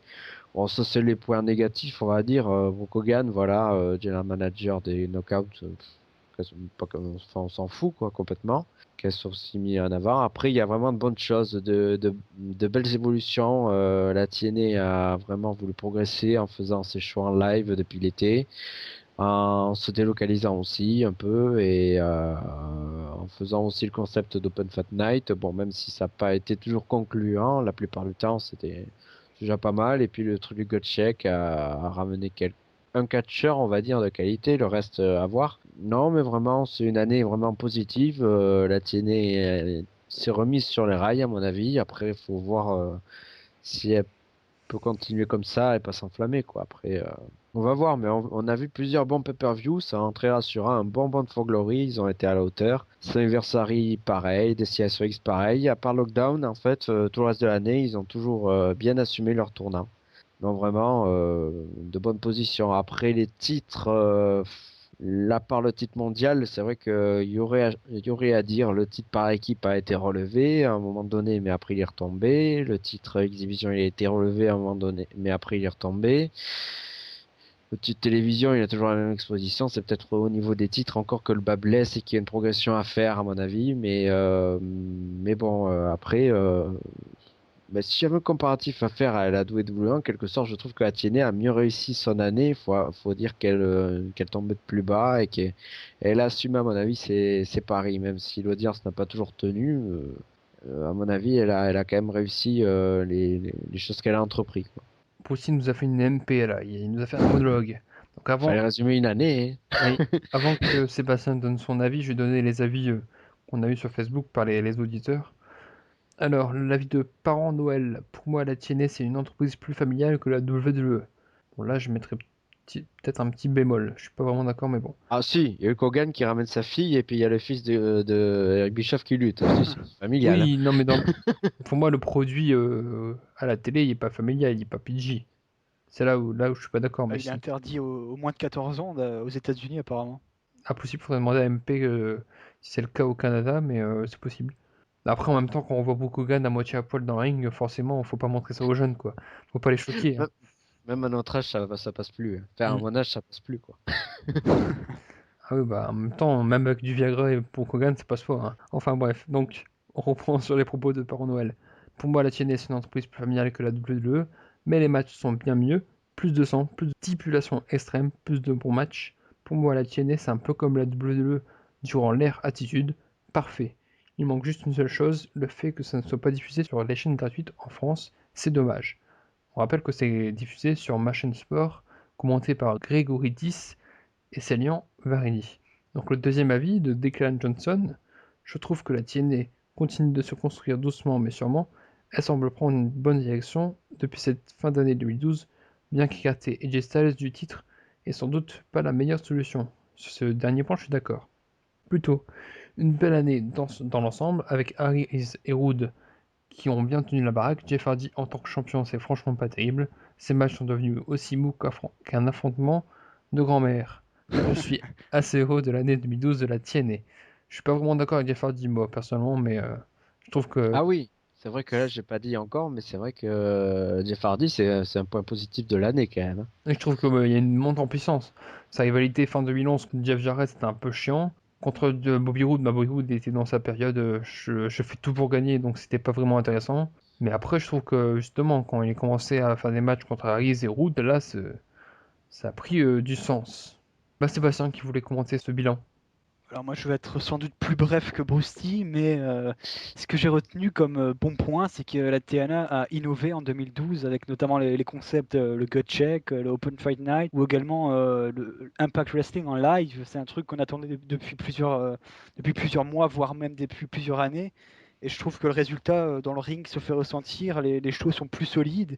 Et paradoxalement, je dirais même, parce que en principe, si les shows sont enregistrés, tu peux cacher ce qui n'a pas allé avec le montage. Et finalement, les shows étaient moins bons quand ils étaient enregistrés que quand ils sont en live. Après, j'ai également noté que le Bound for Glory Series cette année était beaucoup mieux réalisé que l'année précédente. Donc ça, c'est également un bon point. Tu as kiffé la Et, victoire de Ruby sur Jeff Hardy, c'est ça? ah oui, c'était un grand moment. Non, et sinon, je suis un petit peu déçu sur la division par équipe par contre et la division knockout parce que je trouve que les deux titres ont perdu beaucoup de valeur en cette année-là. C'est le seul point négatif que je retiendrai, mais globalement, je suis très très satisfait de cette année 2012 et espérons que ça continue en 2013. Alors, assez rapidement, sans trop développer. L'espoir de l'année, Brutti. Que ce soit catcher ou concept ou n'importe quoi, hein. L'espoir de l'année, c'est des bookings plus cohérents déjà. Voilà.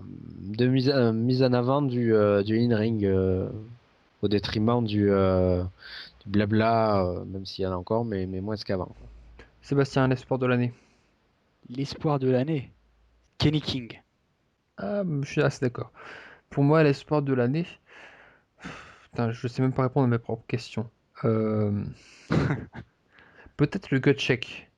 Parce que même si le concept n'est pas n'est pas parfait pour l'instant, si on utilise les bons catchers ou on les met en avant comme il faut, je pense que ça pourrait apporter pas mal de bons catchers à la TNA par exemple. Pour un gut check en 2013, faire combattre une équipe contre une équipe de la TNA, une équipe indépendante par exemple. Une vraie équipe, Ah, pas assemblée de catcheurs indépendants pour qu'ils fassent un match, hein. Ce serait une idée, effectivement. Pour moi, ce sera le gut check. La déception de l'année pour Boosty. bah, la descente aux enfers de AJ Styles, autant de défaites sauf contre Daniels où il a gagné 2 fois sur 3. Mais ouais, ça descend aux enfers clairement, et puis que ça annonce sur l'année 2013 pourrie, je comprends pas trop où la TNA va en venir à lui. Sébastien, la déception. Ouais, pour moi, c'est pareil, hein. C'est AJ Styles qui a eu une année terrible et notamment il était impliqué dans des storylines assez dégueulasses. Donc j'espère que ça va aller mieux pour lui en 2013 et je dis ça et pourtant il va être privé de titre pendant quasiment toute l'année. Mais ça va être difficile de monter la pente. Ouais, c'est ça. Pour moi, ce sera la X-Division. Parce que avec Austin Aries, elle va regagner un petit peu de temps d'antenne et de bons matchs. Et depuis qu'Austin Aries a été couronné champion poids lourd, elle a un petit peu redescendu dans le bas fond d'Impact. Alors, j'ai eu un petit espoir quand Van Damme a gagné le titre parce que je me suis dit, certes, Van Damme il est plus comme il était avant en très grande forme, mais c'est un catcheur enfin, très connu et c'est une figure de la TNA. Et, peut-être que ça a apporté un petit peu plus de temps d'antenne, mais finalement pas vraiment. Donc pour moi, ce sera la X-Division. Le catcheur de l'année pour aussi. Catcheur de l'année, bah, je dirais, c'est un petit peu différent de mon pronostic, je sais que j'ai mis là sur Westeros. D'ailleurs, vous pouvez aller voter sur le topic que Sébastien a créé là sur les TNA Awards. Exactement. N'hésitez pas sur le forum Westeros, rubrique TNA. Le catcheur de l'année, c'est Austin Harris, évidemment, quand même, parce que il a fait revivre la ceinture d'X-Division, et puis après, il a vraiment assuré un champion. Niveau segment et tout, y a pas de problème avec ça, donc voilà. Sébastien, Ouais, bah moi je veux dire pareil que Boosty, hein. Il a passé quasiment toute l'année avec un titre, que ce soit le titre X-Division ou le titre de champion du monde poids lourd. Il est toujours divertissant, quand il est très bon au micro, il est très bon dans le ring. Bref, il a tout. Pour moi, c'est la superstar de l'année, sans aucun doute. bah, ce sera un vote à l'unanimité, puisque je vais aussi dire Austin Aries. Alors je rejoins Brousty, très beau règne. Revalorisation du titre X-Division. Et aussi, même si maintenant il y a un personnage heal que j'aime pas trop, je le trouve toujours très bon au micro et dans ses segments, et dans ses matchs aussi. Le catcheur que vous voulez voir partir en 2013. Brousty, attention. Eric Bischoff, ça va de soi. Gareth Bischoff, pardon. Le lapsus. Et si bon, Gareth Bischoff, on sait, hein, c'est pas une grande nouvelle qu'on l'aime pas et qu'il est mauvais dans le ring, mais si c'est pas Gareth Bischoff, parce que bon, Bah, si c'est pas c'est Gareth c'est- Bischoff, c'est trop simple, Gareth. oula, alors là, ça me colle, parce que Pendant que tu réfléchis, je vais demander à je Sébastien. dirais Robbie, voilà. Ah, Robbie, méchant. Ouais.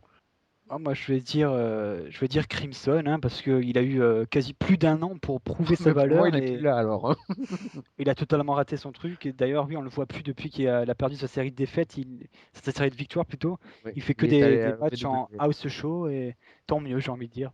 Ben, j'ai envie de dire, il est dans une fédération à son niveau, c'est-à-dire la OVW, qui est une fédération toute pourrie. Crimson, bon, il est quand même déjà presque parti. Moi, je dirais Ah, je Na- disais moi, mais je me suis dit, c'est Nacol. lui. Robbie, moi, je le trouve pas si mauvais que ça, hein. Enfin, mais certes, il est pas bon, mais je trouve que ça va. Euh... Merde. Là, tu te fais des Ah, propres codes à tes propres questions. c'est beau ça. Non, voilà, je suis bon pour poser des questions, mais pas pour répondre. Ben, pendant que je réfléchis, vous allez me dire le catcheur que vous voulez voir arriver à TNA. Brousty. Oh bah, allez, j'ai le choix entre deux. Oui, bien sûr. Bah, Château Benjamin ou John Morrison. Et pourquoi? Développe un peu pendant que je réfléchis. Pas trop, hein. Fais pas une Oh MP, bah, hein. parce que Château Benjamin, à mon avis, moi j'aimerais le voir avec plusieurs catcheurs, quoi, affronter plusieurs catcheurs, genre Bobby Roode, James Storm, AJ Styles. Ça donne vraiment des matchs inédits. Pareil pour John Morrison, en fait, c'est le même truc. Moi, je veux un mec spectaculaire qui a de l'expérience, donc à partir de là, voilà, ce sont les deux profils que je recommande. Si Hulk Hogan, Hogan m'écoute, pardon. Sébastien. Ouais, moi je suis plutôt d'accord, hein, parce que ça me ferait rêver de voir des Shelton Benjamin contre AJ Styles ou encore des John Morrison contre Kurt Angle, de telles affiches, ouais, ça ferait rêver.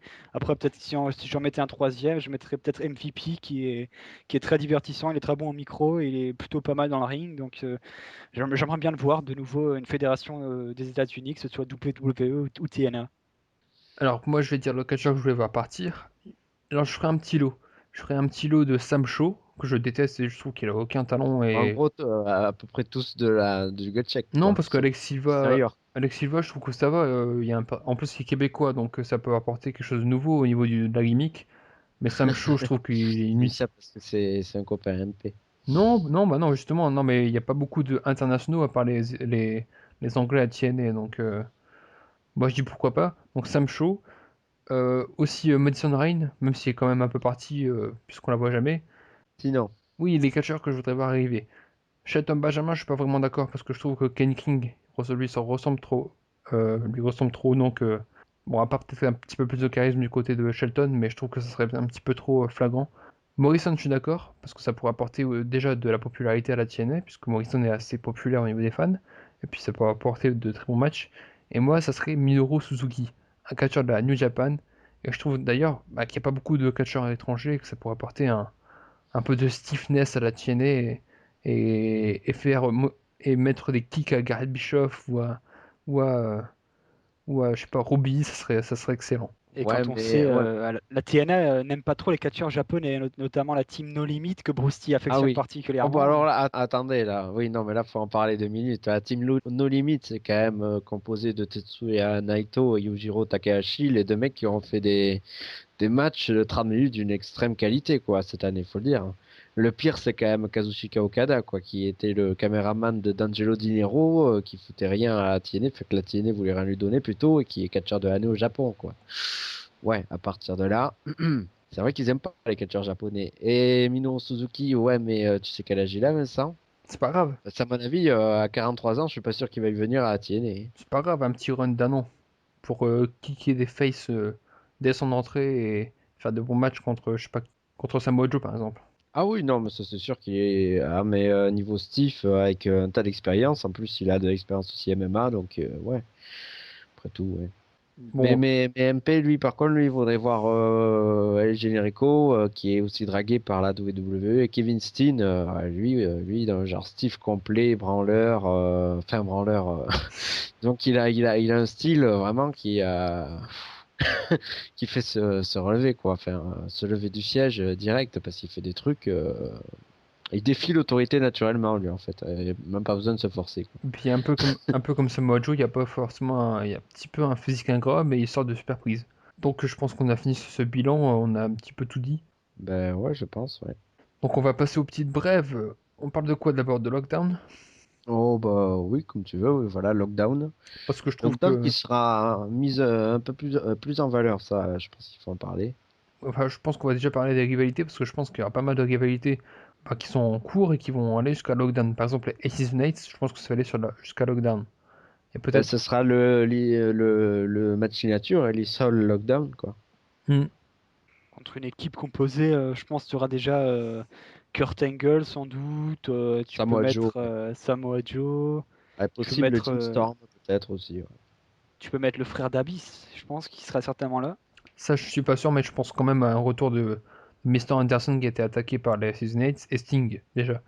C'est les Sting deux, aussi, ouais. les deux, Ah les oui, deux grands Sting, oui. catcheurs qui ont été attaqués par les deux, quoi. Ben, sachant que c'est le deuxième pay-per-view par importance de la TNA, ouais, Sting, fort probable, ouais. Puis peut-être un Magnus, on sait jamais, peut-être de retour de blessure. Même Eric Young, hein, on sait jamais, hein, parce que ça c'est une brève, c'est qu'en fait il a renouvelé son contrat, donc il continue. Hein, pourquoi pas? De toute façon, c'est à 55, donc il y a pas mal de place quand même à. Enfin, même si côté TNA, je pense que ça sera pas très dur de remplir les catcheurs, mais il y a quand même quelques places à fournir. Et puis, je pense aussi que la rivalité Austin Aries contre Bully Ray, ça va aller jusqu'au Lockdown, malheureusement. Ah non, ça tu crois pas trop. Moi je miserais plutôt sur un Harris contre Hardy en Steel Cage. Moi, Ah oui, ben voilà, non mais c'est comme je le disais tout à l'heure, je suis tout à fait avec ce que tu dis Sébastien, c'est ce que je pense. Ouais. Surtout que sur le poster de Lockdown, tu vois en haut à gauche et en haut à droite, t'as Hardy et Harris face à face, donc je pense que ça va se faire. possible. Enfin, je sais pas, comme c'est une rivalité avec Hulk Hogan et qu'il y a Brock Hogan aussi dedans, je pense que ça peut aller jusque là-bas, Non, non, mais à peut-être. mon avis, ça s'est fini là. Harris l'a mise profonde à Bully Ray et la famille Hogan, et puis basta, il passe à la suite. Hein. Ça va durer un pay-per-view supplémentaire, je pense, et après, ça va être Ouais, fini. peut-être Genesis. C'est vrai que Genesis, Bouliré est sur la couverture, Sur le donc poster, sur le ouais. poster. Ouais, donc, il va être quand même en valeur, Bouliré. Puis ce Mm. serait mérité, ma foi. Tant mieux. Enfin, tant mieux que la rivalité ne va pas très, très loin Enfin, parce que Brooke Hogan, merci quoi. Et peut-être aussi un match Velvet Sky contre Tara en cage. ouais, bon, alors, ben là, bon, on va entrecroiser alors de Oui, bah bref. oui. C'est le retour de Velvet Sky, du coup, vivement souhaité par Dixie Carter, ben, finalement, qui a réussi à la faire signer. Donc, Alors elle est d'ailleurs, apparue une fois. je vais te couper tout de suite parce que je vais faire un petit troll. Parce que si on suit la storyline, elle revient, elle dit merci à Brooke Hogan parce qu'elle l'a fait revenir. Mais si elle est partie, sa patronne c'est censé être Brooke Hogan, donc c'est censé être aussi Brooke Hogan qui l'a fait partir, non? Bah oui, bon, de toute Ouais. façon, chercher la cohérence, Oui, des bon voilà. fois. Et puis en plus le retour de 2 secondes, enfin 2 secondes, 30 secondes, elle fait un discours miteux là. Eh oui, bah à dire qu'elle sera plus apothique alors que là elle l'a faite, oui. C'est paradoxal. Ah ouais, en montrant Bon, il y aura son des moments postérieur. fap là, comme d'habitude, quoi. Voilà. Oui, surtout pour Taz. Toulouse. Oui, oui. Il est content d'ailleurs. Non, mais je pense que Et ça va aller. 2013, elle risque d'avoir un titre solide, du coup. Oui, je Enfin, pense que dans son contrat, pour la faire revenir, Dixie Carter lui a promis un long règne de championne. Ça va pas mm. être très dur vu la mise en avant des knockouts et vu le roster qui est pas très consistant, quoi. Je sais pas, Sébastien, si tu as un avis sur ça, parce qu'après on va Sur, repartir sur Lockdown. Ouais. ouais, sur le retour de Velvet Sky. Bah, je pense que Lockdown, il n'y a pas 36 matchs actuels qu'on Non, peut. mais Lockdown, c'est pas spécialement parlé de la Oui, carte, oui, non, on n'a pas mais. parlé de lieu, on n'a pas parlé de la mise en valeur voulue Mise en de valeur ou pas Lockdown. d'ailleurs, hein, mais. Vas-y, Moi, je pense Sébastien. que elle peut avoir un petit match 1 contre 1 contre Tara à Genesis, mais après, j'ai du mal à la voir en 1 contre 1 dans une cage. Donc, j'espère que Mickey James sera ajouté, que ça fera un match à 3, peut-être, c'est peut-être sauver le combat. Ah oui, match à 3, oui, bon, ça je pense. Pour Lockdown, oui, oui, oui. C'est vrai que j'ai fait tout à l'heure, j'ai dit que Mickey James dégageait, mais je pensais plus pour Genesis. Après, elle réapparaîtra. Une Gail Kim peut-être aussi. Voilà. Donc au niveau de la carte, je pense on a fini les spéculations. Peut-être parler du lieu, ça a lieu où, Lockdown Brucey? Bah, ça a lieu à San Antonio. Ville de Shawn Michaels. Ouais, et dans une très très très grande salle qui peut se réduire d'ailleurs. C'est à se poser la question, la configuration qui sera adoptée pour le show par ailleurs. Bon, on la connaît. D'ailleurs, c'est très bizarre parce que ce sera Il y a une seulement, hésitation entre deux configurations, moi je Non, dirais. non, je crois que ce t'as sera pas. un petit coin de la salle qui sera Oui, pris en fait. je crois que t'as pas vu le truc. Ça a circulé un petit peu enfin, entre nous, mais apparemment, il y a le plan de la salle comme pour acheter les tickets où on te montre ce qui est disponible. En fait, c'est un tout petit plan de la Ouais. salle. Il y a peut-être 20% de la salle qui est utilisée, même pas. Enfin, c'est assez bizarre parce que c'est quand même une salle de 65 000 personnes, je crois, quand elle est utilisée à son. Enfin, bon alors au départ, bon alors Oui. au départ c'était la salle des San Antonio Spurs jusqu'en 2002, je crois. Et c'est quel nom la salle déjà? Euh, C'est le Alamo Dome, un truc du genre. Ouais. c'est ça, oui. Donc 20 000 et quelques places en mode de basket. Et ensuite, eh ben, c'est étendu à 66 000 places parce qu'elle est couverte, parce qu'elle accueillait l'équipe, elle accueille d'ailleurs l'équipe locale universitaire de foot américain. Oui, mais apparemment, enfin, Et évidemment, on est très loin de ça. C'est sûr que d'après les le plan photos qu'on a vu, du enfin, stade, ça m'étonne pas parce que Atienné ne veut pas prendre de risques. Et c'est oui, vrai mais que enfin, 20 000 places, c'est pas possible pour Atienné encore. non, mais Ils même, peuvent c'est pas un petit remplir peu autant. con de payer une salle de 65 000 personnes pour en utiliser pas grand-chose. Enfin, autant louer une salle un petit peu plus petite et la remplir au max, quoi, non? Enfin, je comprends pas. Peut-être qu'ils ont peut-être une réduction sur la location, j'en sais rien.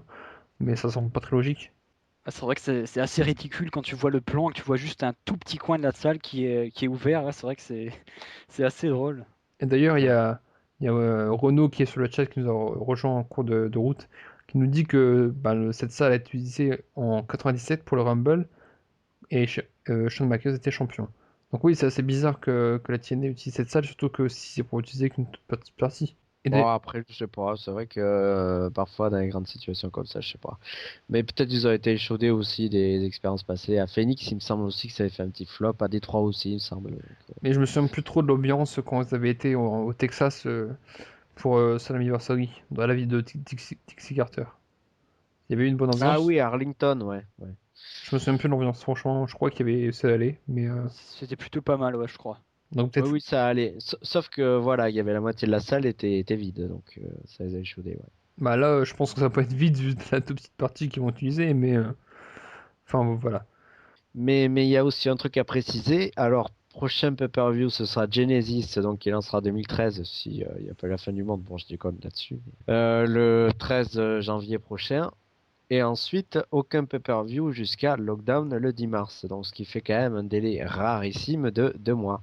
Oui, c'est Bon, ça laisse quand même la route à une sacrée route. Et puis, les souhaits d'Eric Bischoff de réduire le nombre de pay-per-view commençaient déjà quoi, à se oui, réaliser. c'est ce que j'allais dire, c'est la petite nouvelle de 2013, puisque la TNA a supprimé quelques pay-per-view. Alors apparemment, c'est Against All Odds en février, et le pay-per-view de septembre qui est No Surrender, pour permettre un petit peu plus de construction dans les rivalités, ce qui est franchement une bonne chose. Là, c'est une très bonne idée, ça permettra de développer mieux les rivalités.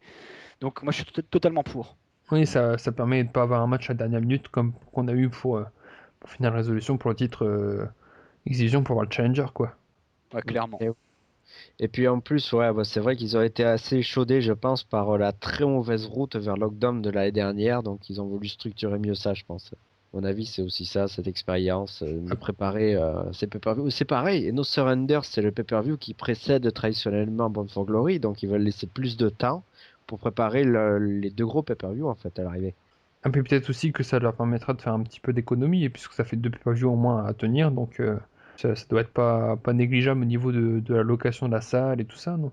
Oui, même si c'est les pay-per-view qui ont traditionnellement lieu à l'Impact Zone, ouais, quand même, c'est vrai que c'est une réduction des coûts. C'est vrai que c'était aussi ça la raison. En même temps, de réduire, c'est réduire les coûts, quoi. Surtout que Mm. la TNA n'a pas encore a fait une année correcte au niveau des achats. Hein, c'est un progrès sur l'année précédente déjà. Donc, mais c'est pas encore énorme. Donc c'est vrai que la TNA rentre peut-être pas toujours dans ses frais, c'est sûr. Et puis avec ses volontés d'aller faire des shows ailleurs en février, je crois, c'est en février, il me semble, qu'ils vont aller en Angleterre et qu'ils s'enregistrent les shows. Ouais, bah Ça a son prix, donc il y a forcément. toujours la tournée de début d'année, et puis on va en parler tout de suite, comme tu parles d'Angleterre, il y a le programme qui arrive là, je crois que c'est Bootcamp, TNA Oui, Bootcamp. Bootcamp, ouais. Ouais, ouais. Avec un grand favori, à mon avis, qui va arriver d'ici peu à la TNA, fait d'ici peu, courant de l'année prochaine, Oui, à mon donc avis. apparemment Ça sera c'est... diffusé le 1er janvier en plus, 2013. Oui, donc ben, sur la même chaîne qui diffuse Explosion Ouais, Challenge TV, c'est une chaîne. au Royaume-Uni, ouais. Ouais, voilà. Donc, enfin, alors, apparemment, c'est un sorte de gut check, plus télé-réalité, donc plus Torfinaf. Donc, il y a 4 participants, je crois. Les deux jumelles de l'OVW, les sœurs Bloom. Il y a Marty Skrull, qui a déjà catché en France d'ailleurs à l'OCTA. Et je sais plus, Rockstar Spud, je crois.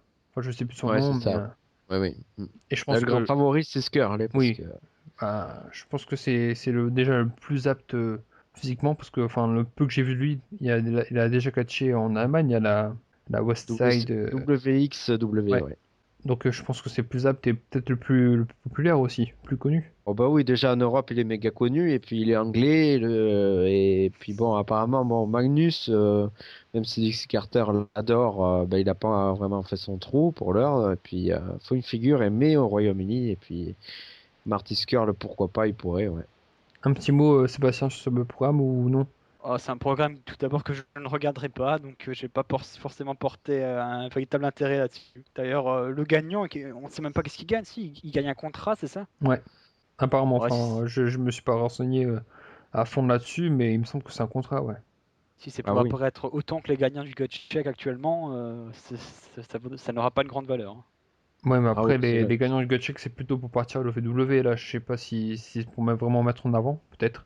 D'être une équipe avec Magnus ou un truc du genre. Enfin, si c'est les demoiselles, non, mais peut-être un truc du genre. Enfin, et tout en continuant sur le Royaume-Uni, il y a AJ Styles qui prêche un petit peu pour que Slammiversary se passe en Angleterre. Ah, ce serait une bonne chose, parce que quand on voit le taux de remplissement des salles et l'ambiance qu'il y a à chaque fois au Royaume-Uni, je serais pas contre, effectivement. Ben oui, surtout que c'est le Royaume-Uni, c'est l'endroit où la TNA arrive à battre la WWE en audience, alors il devrait tenter. Ouais. Ouais, c'est Royaume-Uni et Australie, je crois aussi. Moi, ils envoient généralement des catcheurs pour faire un peu de promo. Je crois qu'il y a AJ Styles et Bobby Roode qui avaient été il y a pas longtemps. C'est des pays où ça marche bien. Donc je pense Voilà. qu'il y a plus grand chose à parler à part la Mais il y a vidéo. une dernière petite, ouais, voilà, vidéo, ouais. Donc une vidéo qui annonce ou un retour, enfin on sait pas trop, enfin normalement c'est un retour. Alors ça annonce une date. Alors déjà, une petite critique de ma part. Il y a tout le monde qui dit ouais, ça ressemble à la promo de Chris Jericho. Mais en même temps, tu fais une promo pour annoncer un retour, il y a forcément une date. C'est pas parce que c'est une date avec des, enfin configurer les deux chiffres, point, deux chiffres, deux points, deux chiffres, que ça ressemble forcément à Chris Jericho. Puis surtout que l'ambiance, elle est pas la même. Là, c'est une ambiance un peu, un peu sanguinaire, un peu Ouais, apocalyptique. comme à l'enfer, oui. On Hmm. peut dire ça comme ça. Oui. D'ailleurs, le slogan, c'est quoi? Parce que tu l'as vu il y a pas longtemps aussi.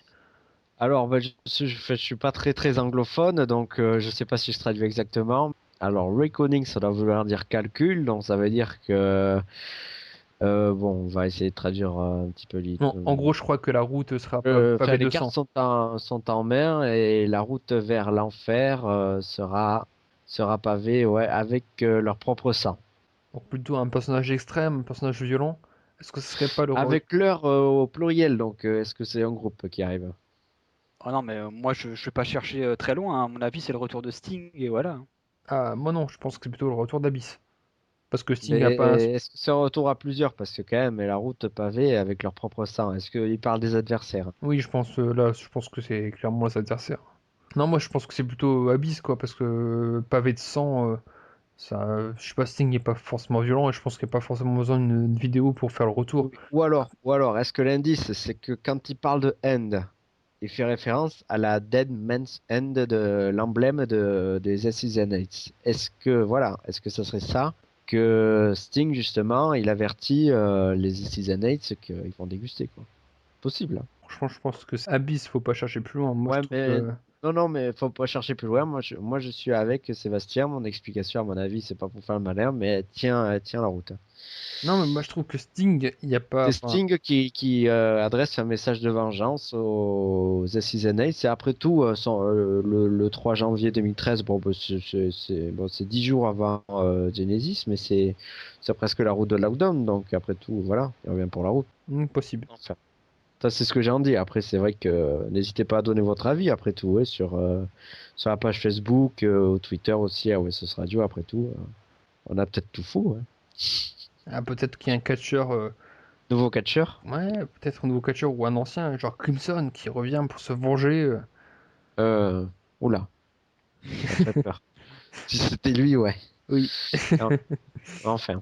Oh bah oui, il a plus complexe que ça. Je pense que pour finir l'année en beauté, je pense que c'est réussi. Alors, on va citer les partenaires, on va sûrement en oublier quelques-uns parce qu'on n'a toujours pas fait de liste. C'est la faute à Gus, hein. De toute façon, à chaque fois qu'il se passe quelque chose dans le monde, c'est la faute à Gus. Donc, Effet papillon. oui, voilà. Benabar. Les partenaires, donc, Voxcatch, un magnifique Ah, site magazine. Foxcatch. Ah oui, je précise. Bon, ben, coucou à Orbaz d'Aren et Top Level, même si lui, je sais pas s'il écoute. Non, je déconne, il écoute. Oh, mais il écrit pas, de toute Et façon. Voxcatch, ben, j'y ai fait la review de Final Resolution aussi. Bon, là, je vous ai pas mal bassiné les oreilles, mais je peux vous bassiner aussi les yeux. Alors, je suis obligé de citer la blague à MP. MP qui dit un indice majeur concernant le retour de Crimson, le fond de la promo est orange et les cheveux de Crimson sont roux. Merci MP. Tu apportes ta pierre à l'édifice. Mon Dieu. Donc dans les partenaires, on a la Wrestling Evolution League, la WELL. Vous pouvez jouer sur cette IFED sur PS3 il me semble. Ah oui. Tout 13, ouais. Après il y a quoi comme partenaire? Il y a l'addiction qui nous fait de temps en temps de la pub. Merci à l'addiction. Il y a iTunes, vous pouvez écouter les podcasts. Il y a Twitter, notre compte, @Westwood Radio, notre page Facebook, FNLUT où Sébastien nous publie de temps en temps, nous fait de la pub aussi. Exactement. Qu'est-ce qu'on a encore comme partenaire? Les cahiers du catch. Voilà, merci. Instant Catch. Petite promo, comme Oui, ça serait bête c'est là moi que le tu oublies. patron. Ah oui, ça serait bête. Je ferai une gus là. Donc, Avec plusieurs sorties prévues là pour la fin de l'année, donc soyez attentifs. alors je Pour pense. l'instant, catch Oui. averti sur Facebook, le forum Wessels et sur le compte Twitter aussi, @instant-catch. Donc, premièrement, Instant Catch a une page Facebook, un Twitter, donc @Instant Catch avec Le I de instant et le C de catch en majuscule, si je me souviens bien. Il y a le blog instantcatch@wordpress.com. Et alors, le dernier épisode pour l'instant, c'est toujours le Survivor Series 2001, le main event. Mais enfin, ça sera pas sorti quand le podcast sortira, mais vous pouvez regarder normalement prochainement un match entre James Storm et Kaz, l'opener de ce Final Resolution dans Instant Catch. Et je pense aussi qu'on va faire un match vintage, un match de l'échelle de 2002 de la TNA. Ouais, J-Styles, entre autres. Et il y aura d'autres choses qui viendront de d'autres fédérations, mais pour TNA, ce sera ces deux matchs-là. Voilà, je pense que c'est fini pour Instant Oui, Catch. oui, c'est vrai, vous aurez un beau vintage avec la WCW, voilà. Et du Japon. Espèce de spoiler. Non, Et je vous rappelle encore que vous pouvez voter pour les Impact Wrestling Awards 2013 qui sont sur wrestles.fr. Les votes sont comptés jusqu'au 20 décembre. et puis surtout, ce qui est peut-être le plus important, n'hésitez pas à réagir au podcast, à nous écouter bien sûr sur YouTube, Archive ou iTunes, mais aussi à réagir parce que si on fait ce podcast, c'est pour le plaisir, mais surtout pour le plaisir d'avoir des réactions par rapport à ce qu'on dit. Si on dit des conneries, il faut le dire. Si on dit des choses bien, il faut le dire. Si je suis pourri à l'animation, il faut le dire. Si vous voulez le retour de Gus, il faut le dire. Si vous voulez le retour de Ben, il faut le dire. Il faut nous envoyer des mails ou à l'adresse mail Gmail qui est radio@gmail, ou alors des messages privés ou pas sur Facebook, ou alors des tweets sur Twitter. Oui, Enfin, oui. Et en parlant de Twitter, nos comptes rapidement. Vincent@wacho.com. oui, bien sûr. Vincent, pardon. Bien sûr, aussi. Sébastien @RicaLewis67. Moi, c'est @Phillyland. Gus, c'est Sparta-du Gus. MP, Ouais. c'est WR Maxime WR Poulain. Maxime Poulain, c'est ça, ouais. Euh, Il y a Renaud, Renault, c'est Malenko06. Malenko comme le catcheur Dean Malenko. Orbaz, 06 comme la région de Nice. c'est Will Orbaz, REL Orbaz. Qu'est-ce qu'il y a encore? Tifo, Oui, L Tifo, EL. L-8 Tifo. Ah oui, Et oui. Et Verpadoro. je crois qu'on a oublié personne. Et quand même, une précision qui me semble assez indispensable. Regardez bien sur Facebook et allez sur le compte Westels. Vous pouvez écouter l'album de Ben au Kazoo. Ben Kazoo Addict. Donc n'hésitez pas à donner votre avis, à écouter, à télécharger, à partager. Voilà. Je pense qu'on a fait le tour. Continuez à nous écouter, que ce soit sur n'importe quel support. Continuez à réagir à nos podcasts, ça nous fait plaisir. Je pense qu'on va faire un petit au revoir aux auditeurs et on va aller se coucher. Et oui, rendez-vous à 2013 pour la TNA et rendez-vous dans une semaine pour la WWE quand même. S'il y a quand même TLC qui arrive la semaine prochaine. Oui, et les awards aussi au début 2013. Ah, évidemment, ouais. Les awards WWE, puisque la TNA sera plus par écrit sur ss.fr. Je pense qu'on a fini, qu'on va peut-être faire un petit au revoir, à moins que Gus sur le chat a un truc à nous dire. Voilà. Bon, bah Gus n'a rien à dire. Il nous applaudit pour la qualité du podcast. C'est bien. Il a dit super, vous êtes géniaux, je vous adore. Voilà. Bon, bref, alors on peut dire au revoir, je pense. Avec, c'est pas encore quoi finir, mais vous, vous écouterez là le hit final, je pense. On verra quoi mettre d'ici là. Allez, à bientôt, sortez couverts parce qu'il fait froid. À bientôt, ouais. Bonne fin d'année.